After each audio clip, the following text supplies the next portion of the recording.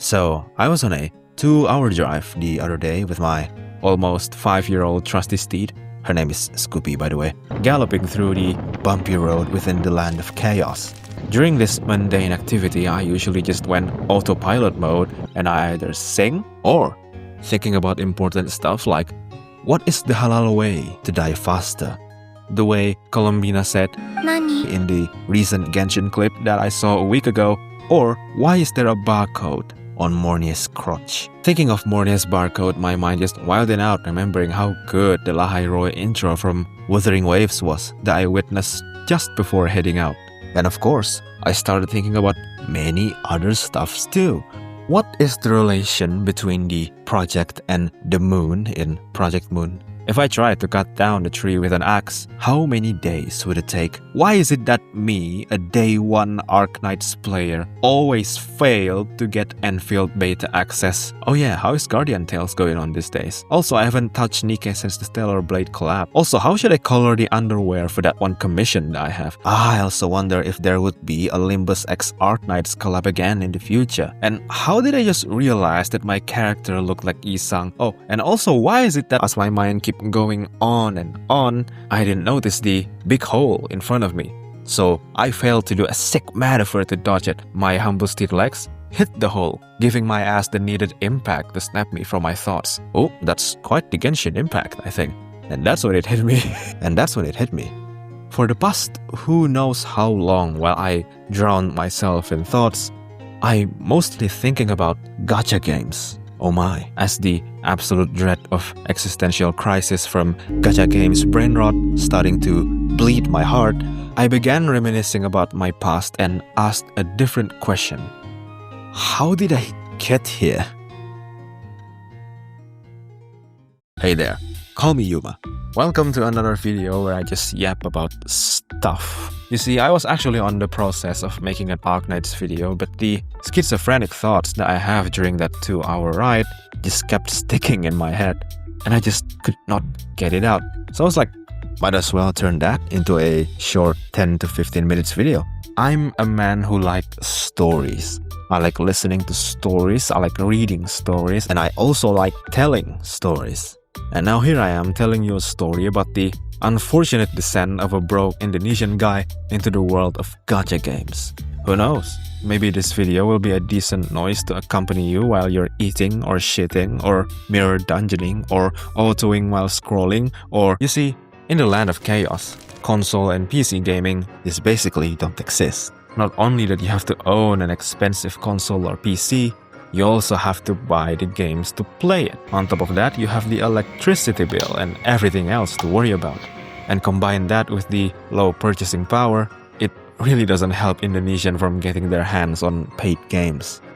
Look at this conversion rate. 3.5 million rupiah is the minimum wage of people in my county. If you convert that to US dollars, you will get $210. I'm not American, but I'm pretty sure that is not a lot. With this, you basically have a country where console and PC gaming market is really small. After all, if you want a AAA game that costs $60 to $80, tough luck folks, because that is literally a third or half of your monthly income. Console gaming in Indonesia peaked with the PS2, man. Back then, renting a PS2 is a big business. People will buy a bunch of PS2, set it up in their houses, and have random kids that want to play games rented for like 3 to 5,000 rupiahs per hour. The kids are either playing GTA San Andreas, Resident Evil 4, Bully, or whatever PS2 games that is easy to get our hands on at the time. I remember my friends and I got a little naughty while playing God of War and went to that one ooh la la spot. Hearing the giggle and screaming of kids, the owner of the rental place checked on us and caught us in the act. He's not angry, but the sheer pressure of it makes me cry uncontrollably. Those were the days, man. So let's say that one day you become an Indonesian and you want to play any paid games. What would you do? Well, of course, we sail the high seas, brother. Ah, my fellow pirates, sing the song of Dakijan music. 500 hours in space war, my brother. Yo! However, these are for lucky folks that could afford a PC. If you can't afford that, then there's only one place that you could game. A place where most of the games are free, where you will immediately get assaulted by endless ads the moment you tap that icon. A place where you could game at any time and anywhere. Enter mobile gaming. Mobile gaming market is huge, especially in Asia. Around 50% of gaming global revenue came from the mobile market, which makes sense considering the accessibility of mobile gaming with the egregious ads and microtransactions. PUBG Mobile, Free Fire, Mobile Legends, these are games that basically grind itself to my people's very culture. I'm serious, most of people here expect you to play any of these games. It is a literal cheat code to quickly make friends in a new place, wherever you are in the country. And for quite a while, I'm also one of those people that only played mobile games. I remember playing Free Fire non-stop with my weeb boys during middle school, back when the game is not even half a year old yet, back when gaming isn't cool and for nerds only. But before I know it, everyone in class, even the normies that only played Clash of Clans, are also either playing Free Fire or Mobile Legends. But you see, the more I play these games, the more I realize that they are not for me. The reason for this is mainly because I have different roots than most people in my area back then. I'm lucky enough to have a loving family that could afford a gaming device for me. Well, it took quite a lot of family savings, but we're still able to get a console. Our first console in the house is the PlayStation 1. I remember my sister used to play Harvest Moon all the time with me beside her. Also, while my sister is playing the PS1, I'll usually play something else on her Nokia phone. I somehow managed to find a download for Final Fantasy 1 and Final Fantasy 2 for the Java phone. So I remember by sheer luck and perseverance of a little child, beating the first Final Fantasy. I remember it took a long time, months probably, but I beat the game. So before the era of mobile games, unlike other people that have little to no gaming experience at all, I already experienced many different types of games. While everyone else is content with only playing Free Fire and Mobile Legends without exploring other games, I crave other experiences. Because of it, I end up playing a fuck ton of mobile games. And this is how I end up with gacha games. I can't really pinpoint what exactly is the first gacha game that I've ever played, but I'm pretty sure it was either Final Fantasy Brave Exvius or Seven Knights. Anyone remember those games? Both of them released globally on 2016. Holy shit, that is 10 years ago. I'm sure I spent a lot of time playing them, but I really don't remember much about it. What I remember though is the dopamine rush that I felt when I finally managed to get that shiny character. I have this vivid memory of me getting an SSR and fighting the urge to scream in 1 AM. You know how old I am when this happened? I was 12. I felt the dopamine rush of a gacha game when I was 12. This one realization happened during that 2-hour ride, and man, I just had to park my bike below a tree shade, drink water, and let that sink in for around 5 minutes. I've been playing gacha games for 10 years? Kok bisa aku hanya sadar anjir? You have to remember, gacha games and loot box mechanics is still not the norm back then, especially not for kids game. I was basically cooked from the very beginning. Naturally, I crave for that dopamine rush. But since I can't afford any kind of microtransactions, I instead downloaded a lot of other gacha games just so that I could feel the intense surge of dopamine from pulling the gacha. I played Summoner Wars, Brave Frontier, Brown Dust 1 that they rebranded into Brave 9 for some reason. I'm also a day one player of Honkai Impact 3rd. Dude, you can't imagine how hyped people are for Honkai Impact back then. Seeing the anime art style combined with high quality 3D graphics, weebs that crave for this kind of games are rejoicing, myself included. The graphics are so ahead of its time for mobile games, it looked like it came from the future. Remember, this game came out in 2017. That is really impressive for mobile games. However, thankfully I would be blessed with time to heal from this gacha addiction. For high school, I decided to attend a boarding school. Ooh. Here, any electronic devices are banned. You could only use phones during Sunday, and laptop is only allowed during school hours to do your task and shit. Those are one of the most impactful time I had in my life, not gonna lie. I used to be a shut-in weeb that couldn't talk to anyone if they don't like games or anime. And here, I basically forced to learn how to socialize. I'm not good at it, by the way. I fumbled a lot, ends up being someone who is cringe as fuck. I think it will be an interesting story because, my god, the time I spent there really is colorful. Point is, I was given what I needed during that time. A break from gacha games or just anything in general that has been eating away at my youth. I almost break free from the grip of my gacha addiction. But then, the CCP released the virus to the world. The truth is, they released COVID so that people will be stuck in their home, and then they utilized jiggle physics to entice you to play their gacha games. This is 100% true, by the way. And my god, are they planned successful. I also get back to gacha games during this time because what else could I do? I have a shit laptop that will lag for 5 to 10 minutes every time I hit Ctrl S to save my drawing progress. I need something to send euphoria into my neurons so that it would not get bored. And I refuse to fry my brain with TikTok, so I fucked myself with gacha games instead. This is also where I started on trying all the new generations of gacha games after Honkai Impact 3rd. Guardian Tales, Epic 7, Evertale, Arknights on Global, which I still play to this day because I love this game. Azur Lane, Illusion Connect, King's Raid, Alchemy Stars, Nier Reincarnation, Exos Heroes, Revived Witch, many other gacha games that I can't really remember. And of course, the most impactful of them all, Genshin Impact. The world was never the same after this game released. There is the time before Genshin, and then there is the chaos after Genshin made the impact.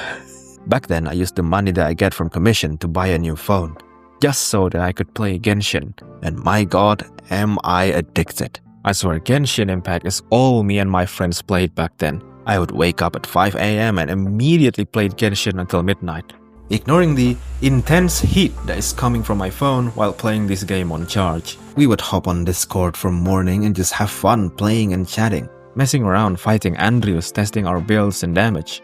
And when new banner drop, we would come around and do gacha pulls together. Whoever didn't get the character will get bullied to oblivion. Seriously, we would deadass open our camera or record video of us shit-talking the other guy and laugh like crazy until one of us inevitably got scolded by a family. It was great. Good times. Good times indeed. I went back to Genshin because of this. Not to actively play it, by the way. I have a lot of grievances about the state of the game, but I just want to have a little bit of nostalgia trip, you know?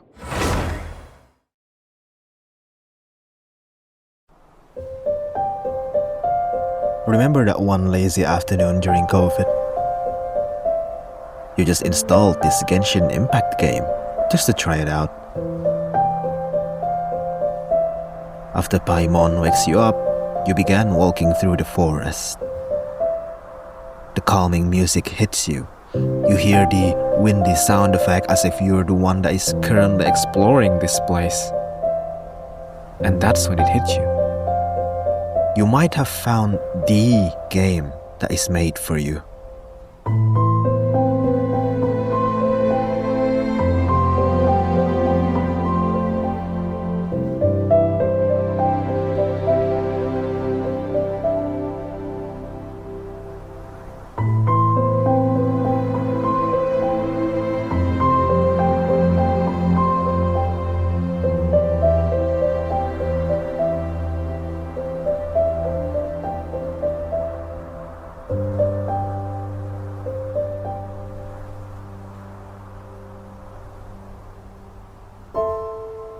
Mondstadt, oh Mondstadt.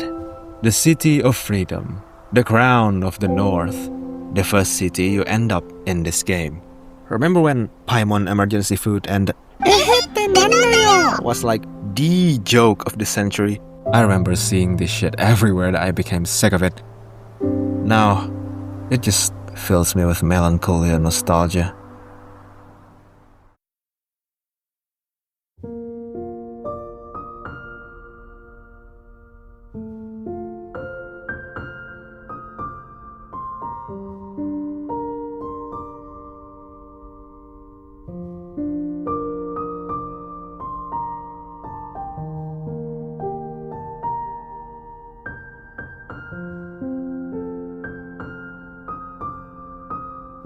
Dragon Spine, oh my beloved Dragon Spine. The area that gave Genshin players PTSD back when it first released because of its freeze mechanics that will quickly drain the player's HP. The immersive experience of listening to the beautiful and calming Dragon Spine music as Zhongli the Geo Archon himself slowly dying from the average temperature in Russia. Good day, coffee tastes the same as I remember. But where are those who share the memory? Just like most of my friends that are already offline here for a long time, I don't play Genshin Impact anymore since I don't really like Natlan. I'ma be real though. Even though I don't play and have many problems with the game, I still love Genshin, man. Me arriving in Mondstadt for the first time, the time I obsessively climbing and falling and dying exploring every nook and cranny of Liyue, getting Zhongli for my first ever 5-star, me and the boys freezing in Dragon Spine, the hype that I felt when Sumeru released, and having my eyes teared up because of Fontaine's finale. Those small memories that I have playing this game over the years, I shall remember it.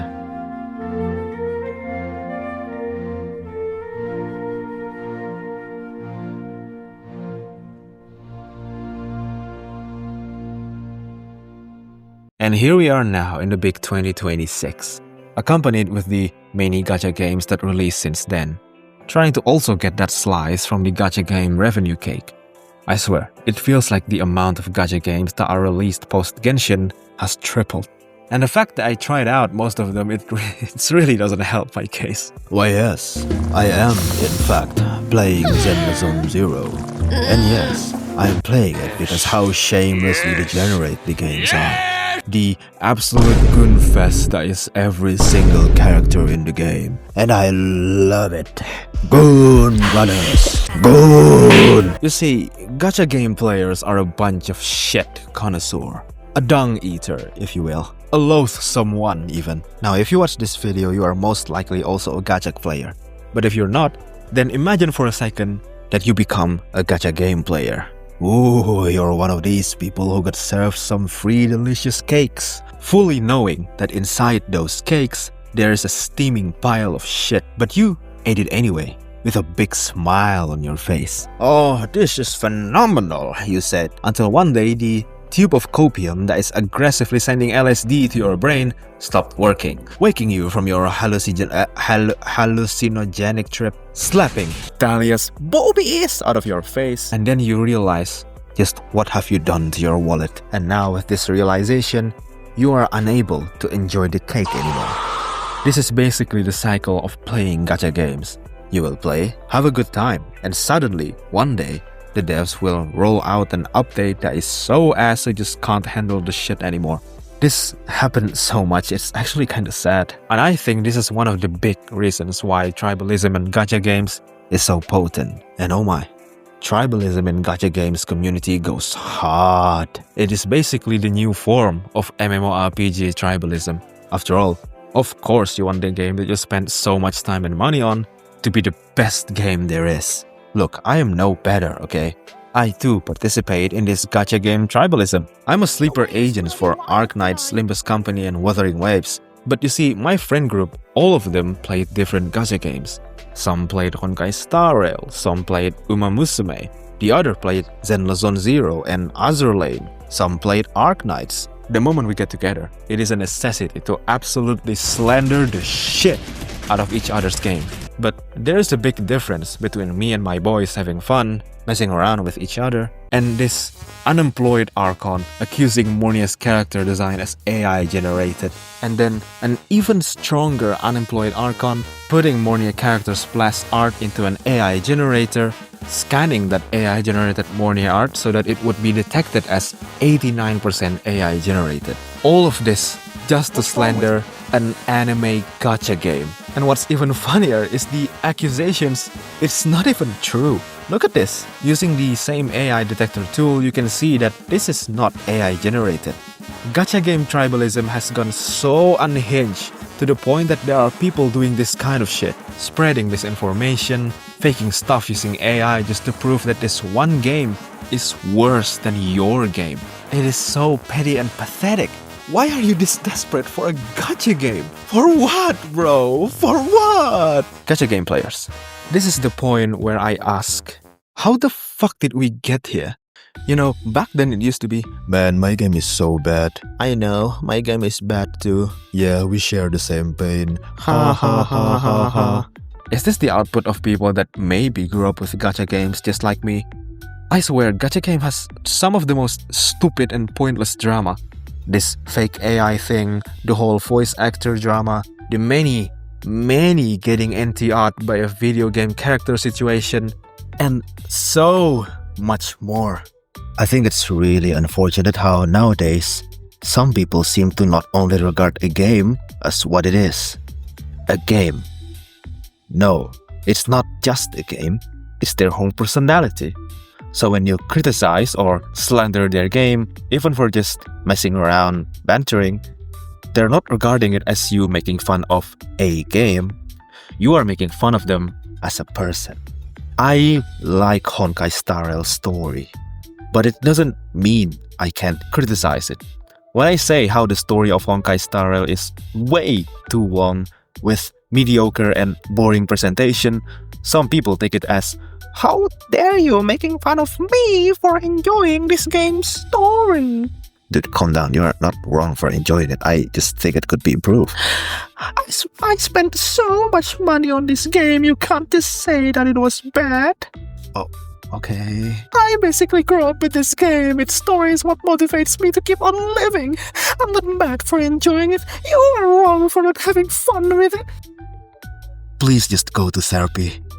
But well, at least all of these things does not change what's important to me.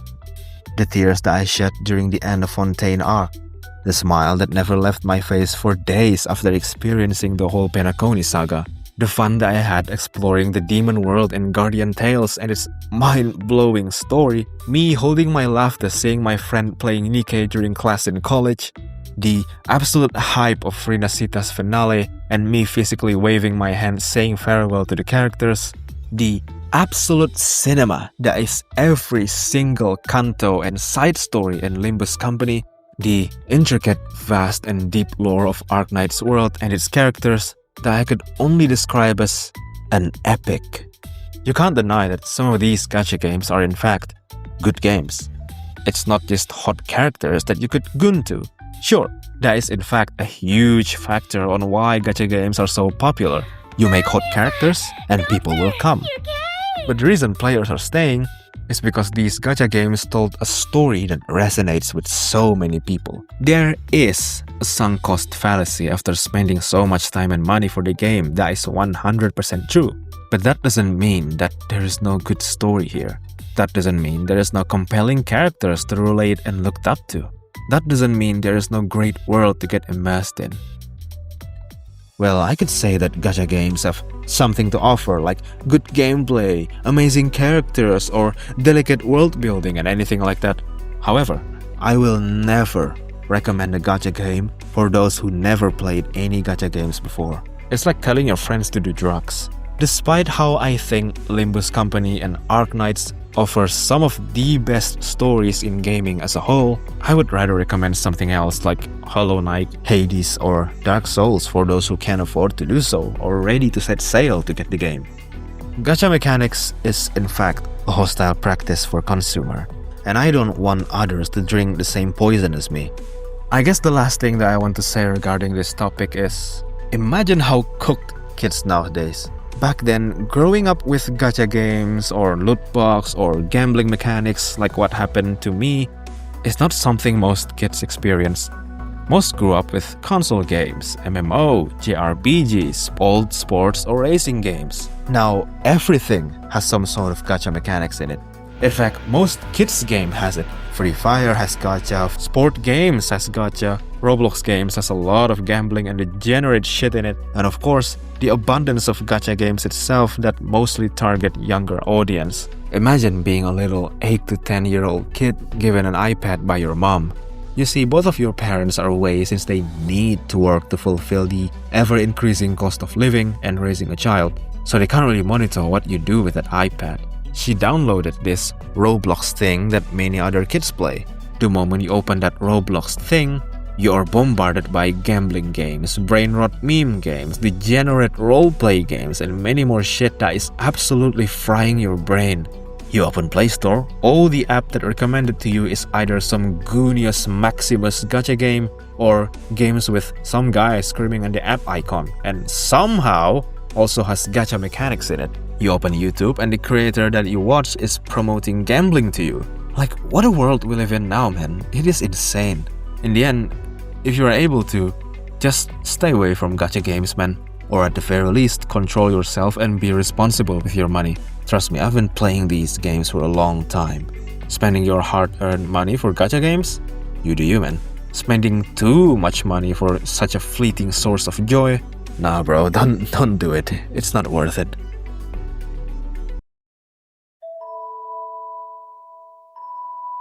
Hello. You have arrived before the bonfire, traveler. Thanks for watching all the way here. Video is basically over. This is just me talking about out-of-topic stuff that I have a little bit of things to say. First, I want to say thank you for the overwhelming support that you guys given me from the last video. For real, I did not expect it to get that much attention. Project Moon fans are truly something else, man. Some of you even went to checking out other video that I have. So again, thank you so much for your time. You see, the main reason why I made that video is actually to introduce Project Moon to my friends. I get some of them asking me what is so good about Limbus. So I basically put all of my answer into that video. That's why the video is structured as an introduction to Project Moon games and its community. There is some spoilers in it, but I believe it's not a severe spoiler that will rob your enjoyment from Project Moon games. One of my friends even asked me what happened to Roland's wife in Library of Ruin because I put this image in the video. He's like, "Kenapa garang si Roland nih? Di NTR lawan bininya kayaknya." And I was like, nah, mau anak tahu makanya main. So yeah, good news is some of them installed Limbus Company because of the video. So hey, mission accomplished, folks. Also, there's so many comments in the last video, it is wild. There, I asked for Project Moon fans to tell me what character that they relate the most.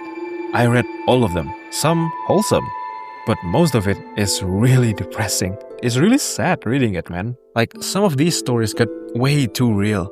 I'm just hoping that things will get better for you, man. Lastly, of course, thank you so much for watching. You're even here all the way in the end of the video. If you like stuff that I do, then after your internet travels, how about come around and chill here again once in a while? For now though, we must part ways. But we shall meet again. So as always, be safe, friend. Don't you dare go hollow.